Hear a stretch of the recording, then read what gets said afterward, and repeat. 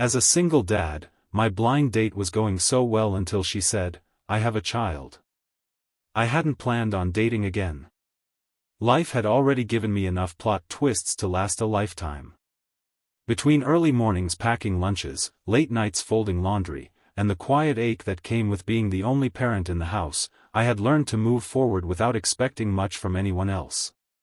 Still, on that rainy Thursday evening, I found myself standing outside a small cafe, rehearsing polite smiles and reminding myself that this was just a blind date, nothing more. My sister had set it up. She said I needed to remember I'm human, not just a dad with a routine. I laughed it off, but here I was, straightening my jacket and walking in. She was already there, sitting by the window with a cup of tea in both hands. When she looked up and smiled, something inside me softened. Not fireworks, something steadier. Something warm. We talked easily. About work, about favorite books, about how neither of us liked loud places. She listened when I spoke, really listened, the way people do when they aren't waiting for their turn. I told her I was a single dad, raising my daughter on my own since my wife passed away years ago. I expected the usual flicker of discomfort, the polite nod followed by emotional distance. But she didn't flinch. "That must take strength," she said simply.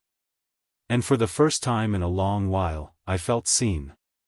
The night unfolded gently. Laughter came without effort. Silence didn't feel awkward. I started to wonder, dangerous thought, that maybe life wasn't done surprising me yet. Then she took a breath. A careful one.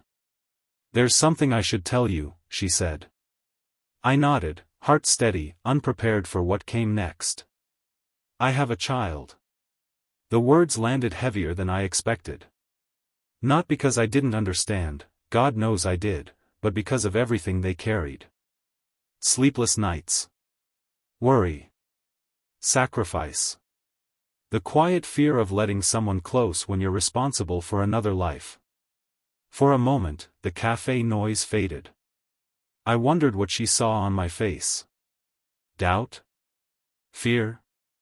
Judgment? She rushed on. "I know it can be complicated. I just wanted to be honest." I surprised both of us when I laughed softly. Not because it was funny, but because it was familiar. "I do too," I said. "Every single day." Her shoulders relaxed, just a little. And in that moment, something shifted. Not romance exactly, but understanding. We talked about our kids then. The way parents do when they finally meet someone who gets it. The guilt of working late. The pride in small victories. The ache of wanting to protect them from everything, knowing you can't. She told me about the challenges she faced as a mother on her own. The judgment. The loneliness.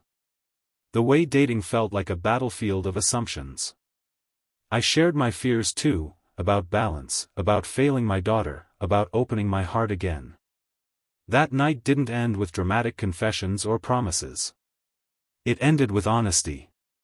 With two people realizing they weren't broken, just shaped by love and responsibility. In the weeks that followed, we took things slow. Coffee turned into walks. Walks turned into shared afternoons at the park. We didn't rush to blend our lives, we learned to respect them. There were challenges, schedules that didn't match, kids who needed reassurance, moments of doubt when old wounds resurfaced. But there were also quiet triumphs. A shared smile across a playground. A conversation that ended in understanding instead of defensiveness. The realization that love doesn't always arrive like a storm, sometimes it grows like a steady flame. One evening, my daughter asked me why I was smiling while doing the dishes. I told her that sometimes life gives you second chances, and sometimes those chances come with homework and bedtime stories. She smiled back and hugged me. That's when I understood the real message of that night in the cafe. It wasn't about dating. It was about empathy. About choosing courage over fear. About realizing that people with responsibilities don't have less love to give, they have more. If this story touched you, if it reminded you that life doesn't end when things get complicated, take a moment to like this video. It helps these stories reach others who might need them. And if you believe in second chances, quiet strength, and love that grows from understanding, subscribe to the channel. There are more stories waiting, just like this one.